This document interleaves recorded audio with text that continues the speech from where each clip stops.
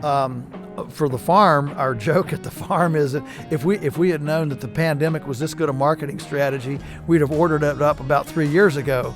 I mean, from our business farm standpoint, we've never had such a good year. I mean, the sales are through the roof. People are jumping off the industrial supermarket ship. They're looking for local security. They're looking for relationships with a food supply, a food chain of custody.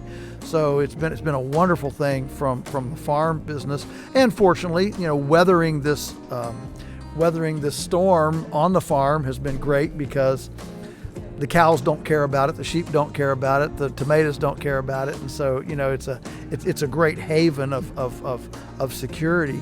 One of the things that it is creating is a lot of conversations around long-term resilience and long-term security. And so, the whole idea of a agrarian country club bunker, for people that are looking to, forget the timeshare at the resort, let's build a timeshare in an agrarian community, that can feed itself. These are brand new conversations that the whole pandemic has spawned. As far as traveling and speaking, that, of course, all my spring speaking engagements got canceled. Now, of course, everybody's trying to cram them into the fall and next spring and next summer. So those are filling up and getting a little bit crazy. The traveling itself is a bummer, with all the masking and the requirements and just the sheer logistical impediments that everything is being put in place. I tend to be that we shouldn't be quarantining healthy people. We've never quarantined healthy people. And is it a thing? Yes, it's a thing. Are there vulnerable populations? Yes. What I would like to see is, instead of, masks and all this closing down the schools and the brouhaha, is why doesn't somebody step up to the plate in an official capacity and say, okay, Americans, what we're going to do is we're going to take 1 week and we're going to work on everybody's immune system. It's going to be our new policy. We're not going to wait on, masks and PPEs and vaccines. We're going to build our immune system. So here's what we're going to do. We're not going to drink any sugary soft drinks for a week. We're not going to eat any junk fast food for a week, and junk food for a week. And we're going to cook from scratch foods, and we're going to eat around the table as a family and enjoy, communal dining.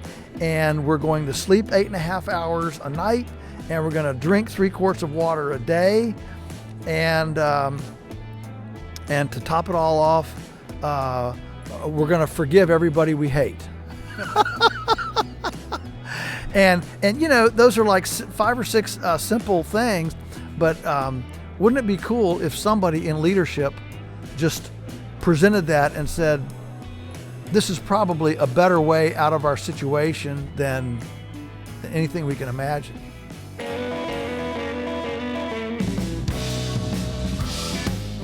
Well, because nobody wants to change their habits.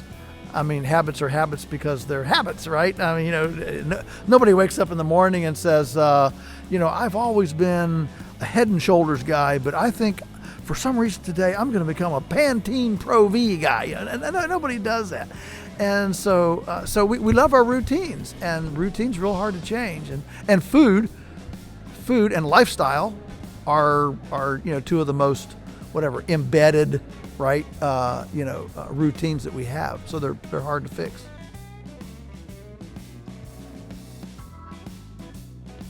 I'm always hopeful when I get around people that aren't looking to the government for solutions. I think this pandemic has certainly presented a couple of threads. I think for the first time in a long time, I see more people having conversations about trusting the government to fix things more than I've ever seen before. And so if this actually, rips off that notion that the government always knows best, or the government always has accurate figures, or whatever it is, I think that's a good thing. to develop a mistrust or a distrust of government. On the flip side of that, of course, is the sheeple, is the just seemingly unthinking ability to just bow before whatever the edict or mandate is, without a whimper, without anything.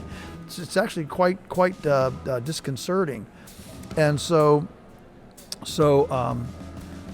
I think generally, look, I'm very optimistic about what you and I can do and what individual groups can do.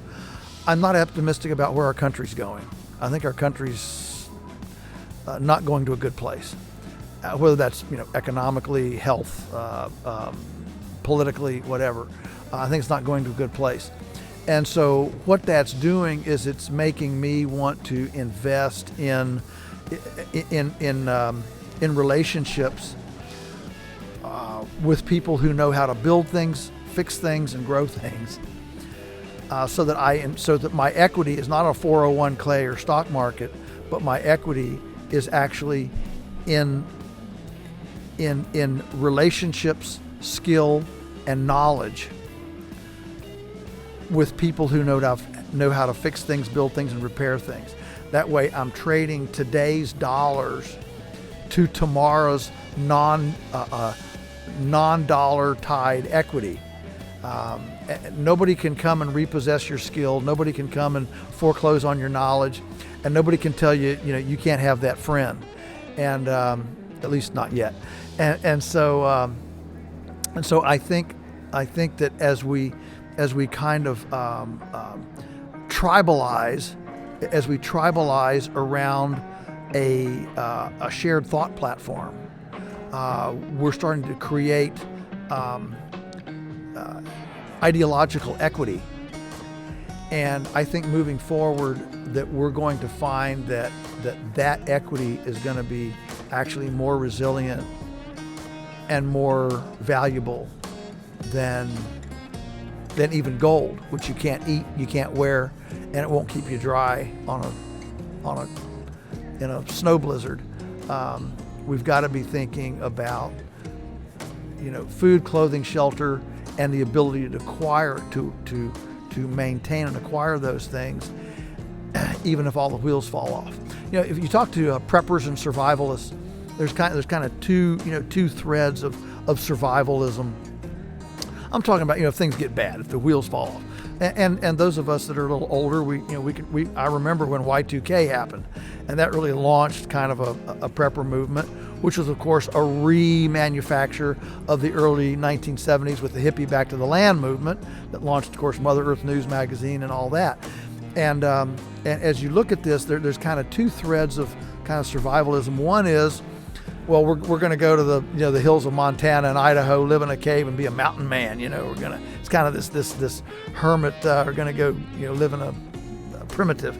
The other thread is let's find a community. Let's find a community with enough eclectic expertise to be resilient, kind of like the Amish. And I think most people choose the community, not the hermit existence. But the thing is, both of those require some pre-planning. That you don't just wait till the wheels fall off and say, okay, now I'm going to find my community. You got to do a little bit of pre-planning. And so I'm very excited about the people who I'm meeting that are actually talking about, all right, so how do I get with 5 people and buy a farm, and or get hooked up with somebody that's already a farmer that's doing a good job and has the expertise to survive into the future. How do we do that? And our farm is not completely insulated, certainly, from everything. But listen, the day you can't buy diesel or corn, we're not going to have a society that we can imagine. And so back when fuel prices spiked, was it 4 or 5 years ago? We did an audit because I read a report that said the average farm spends, I think it was 70. It was more than 50% of their expenses are for fuel, and man, that's incredible. And so, just for fun, I did an audit of our fuel as a percentage of our expenses, and it was only 5%. And I realized, good night, diesel could double yet again, and we'd still be okay. Now, would we like that? Well, no, we wouldn't. But there's always a little bit of comfort in knowing you'd be the last guy standing. Because if you're the last guy standing, you hope by the time you're the last guy standing, somebody will have figured out a solution. And so we take a little bit of comfort in just, being the last guy standing. That's great. I remember Y2K as well, which makes me feel old now. Yeah. Where can people find out more about you and your books and your farm? Our website is polyfacefarms.com, polyfacefarms.com, and everything is on there. Spend some time on it. It's a pretty comprehensive website.